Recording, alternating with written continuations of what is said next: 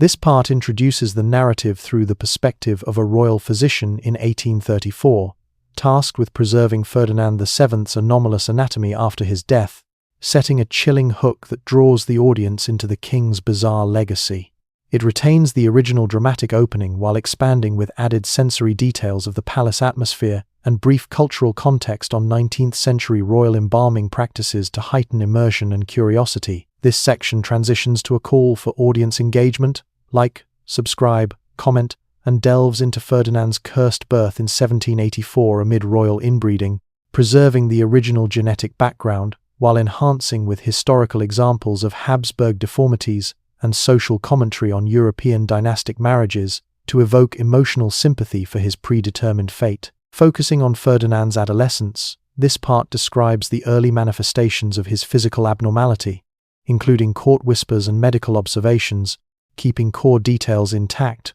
while adding expansions on contemporary medical theories and cultural views of masculinity in Enlightenment Spain to build surprise and psychological depth. This part explores the psychological toll on young Ferdinand, including shame, paranoia, and behavioral changes, retaining original incidents like the flogging of a page, while incorporating additional historical insights into royal education and social isolation to amplify the emotional narrative of a prince forged into a tyrant. Detailing the medical realities of Ferdinand's condition from secret notes, this section covers measurements, curvature, and marital aids, preserving clinical descriptions while expanding with reliable period medical practices and comparisons to other royal afflictions to maintain historical accuracy and heighten the sense of tragedy. This part narrates Ferdinand's obsession with cures and elixirs, leading into his first marriage to Maria Antonia in 1802, keeping the wedding ceremony and preparations while adding cultural context on arranged royal unions and emotional layers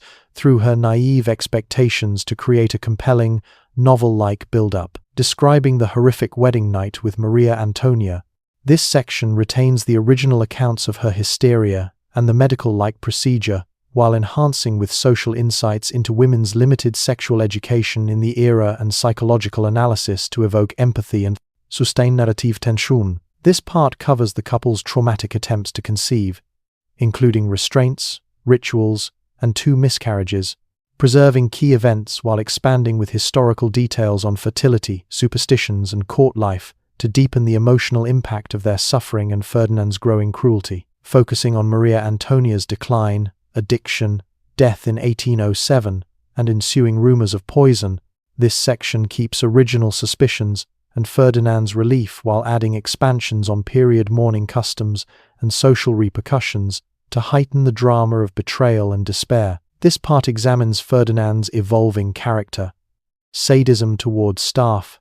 and paranoia, retaining incidents of cruelty while incorporating historical context on absolute monarchy and cultural views of power to illustrate how personal shame translated into tyrannical rule. Narrating the 1807 Escorial conspiracy, Ferdinand's betrayal of allies, and patterns of disloyalty, this section preserves the plot details while expanding with political background on Napoleonic influences in Spain to build curiosity about his cowardice and instability. This part details Ferdinand's worsening condition, elaborate aids, and 1808 captivity under Napoleon, keeping French medical reports while enhancing with historical accounts of his exile and European diplomacy to evoke the irony of a king's intimate humiliations amid national crisis. Covering Ferdinand's 1814 return to Spain, public adulation, and immediate focus on remarriage and new aids, this section retains restoration events while adding social commentary on post-war Spain and emotional hooks on his detachment from public suffering. This part introduces the second marriage to Maria Isabel in 1816, the wedding and disastrous night, preserving screams and trauma while expanding with cultural details on Portuguese-Spanish alliances and her innocence to intensify the narrative's emotional engagement. Describing ongoing attempts, medical voyeurism, and political fallout like colonial revolts, this section keeps original dysfunction while incorporating historical insights into Spanish-American independence movements to link personal failures to national catastrophe. Focusing on Isabel's deterioration and death in 1818, paranoia-fueled accusations, and funeral macabre, This part retains key tragedies while adding expansions on royal autopsy practices and social grief to heighten the sense of inevitable doom. This part narrates the search for and third marriage to Maria Josepha in 1819, her clinical approach, and scheduled encounters, preserving detachment and suspicions, while enhancing with Saxon historical context and emotional analysis of marital endurance, covering the 1829 pregnancy, complications, premature birth, and losses. This section keeps medical chaos and Ferdinand's denial, while expanding with period obstetrics knowledge and cultural views on royal succession to evoke profound sorrow. This part explores the fourth marriage to Maria Cristina in 1829, Isabella's birth in 1830, and mutual deceptions, retaining the farce while adding diplomatic background on Neapolitan ties and emotional layers of fraudulent legacy, detailing final years of paranoia, surveillance, paternity obsessions, and decline. This section preserves midnight raids and economic costs while incorporating historical accounts of court intrigue to build toward a climactic sense of madness. This part concludes with Ferdinand's 1833 death, autopsy revelations, and preserved legacy in Vatican archives, keeping anatomical details while expanding with scholarly reflections on genetic disorders to underscore the tragedy, focusing on Ferdinand's enduring impact on Spain, Isabella's inheritance, and broader historical lessons. This section retains the cautionary tale, while enhancing with cultural and social analysis of monarchy's human costs to provide an immersive, reflective close. These additions deepen the emotional impact, portraying Maria Antonia's bodily and mental breakdown alongside Ferdinand's growing cruelty, illustrating how personal desperation fueled a cycle of abuse that mirrored broader societal pressures on royal reproduction. Focusing on Maria Antonia's harrowing decline into laudanum addiction, her death at 1807 from despair, and the ensuing rumors of Ferdinand's poisoning, this section keeps original suspicions and his private relief intact, while adding expansions on period mourning customs like black-draped processions and Escorial interments and social repercussions, such as liberal factions using the scandal to critique absolutism. These elements heighten the drama of betrayal and despair, transforming her fate into a symbol of royal women's vulnerability and the whispers that eroded trust in Ferdinand's regime. This part examines Ferdinand's evolving character towards sadism and paranoia as he approached his second marriage, retaining incidents of cruelty, like arbitrary dismissals and disappearances, while incorporating historical context on absolute monarchy as a divine paternalistic force and cultural views of power as a benevolent tool twisted by personal flaws. It illustrates how his intimate shame translated into tyrannical rule, eroding human connections and projecting insecurities onto subjects, thus amplifying the narrative of a despot forged from vulnerability. Narrating the 1807 Escorial conspiracy, Ferdinand's swift betrayal of allies,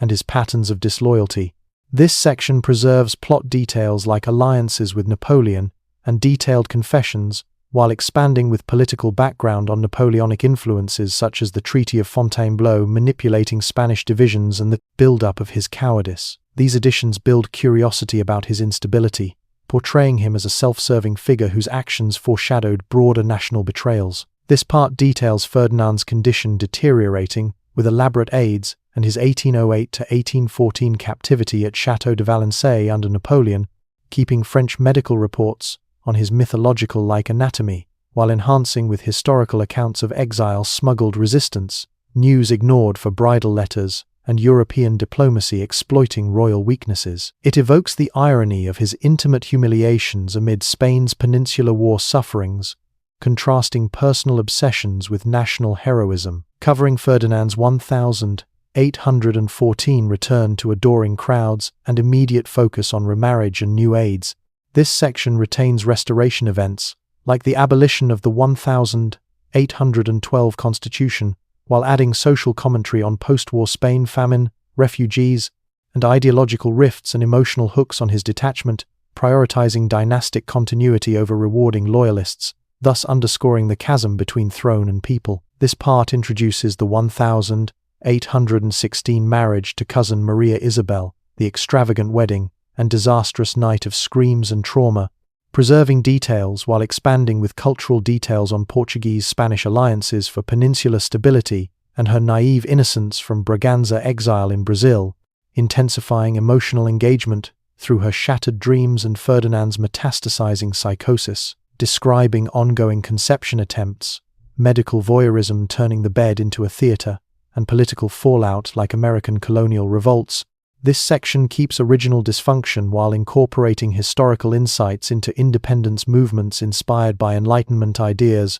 and Creole grievances to link Ferdinand's personal failures to national catastrophe, amplifying the irony of intimate shame fueling global rebellions, focusing on Isabel's deterioration, death in 1818 from nervous exhaustion possibly hastened by self-harm, paranoia-fueled accusations, and macabre funeral. This part retains key tragedies while adding expansions on royal autopsy practices for poison detection and social grief through public masses, heightening the sense of inevitable doom in a court consumed by suspicion. This part narrates the challenging search for a third wife amid Ferdinand's grim reputation, the 1819 marriage to Maria Josepha of Saxony, driven by her family's post-Vienna financial woes and her clinical, scientific approach to scheduled encounters, preserving detachment and suspicions, while enhancing with Saxon historical context of resilience under Protestant Catholic tensions and emotional analysis of her compartmentalized endurance in a dehumanizing union, covering the 1829 miraculous pregnancy,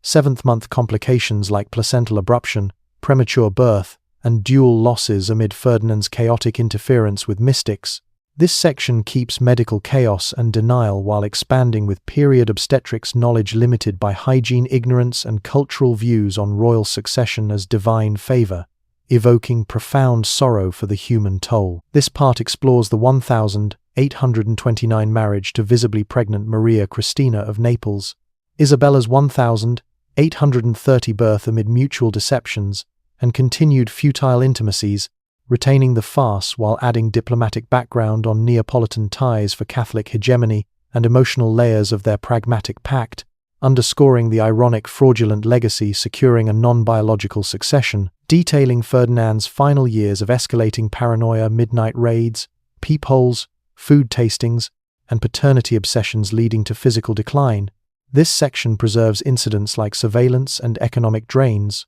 while incorporating historical accounts of court intrigue, such as Camarilla favoritism, to build toward a climactic sense of madness unraveling his rule and family. This part concludes with Ferdinand's 1833 death from exhaustion, autopsy revelations of scarring and self-harm, and the organ's preservation sealed in Vatican archives, keeping anatomical details while expanding with scholarly reflections on genetic disorders like endocrine anomalies from inbreeding, underscoring the profound tragedy of his cursed existence. Focusing on Ferdinand's enduring impact, Isabella's fractured inheritance, sparking Carlist wars, Spain's imperial decline, and broader lessons on monarchy's perils, this section retains the cautionary tale while enhancing with cultural and social analysis of absolute power's human costs, from dynastic inbreeding's deformities to unchecked authorities' corruption, providing an immersive, reflective close that invites viewers to ponder history's echoes.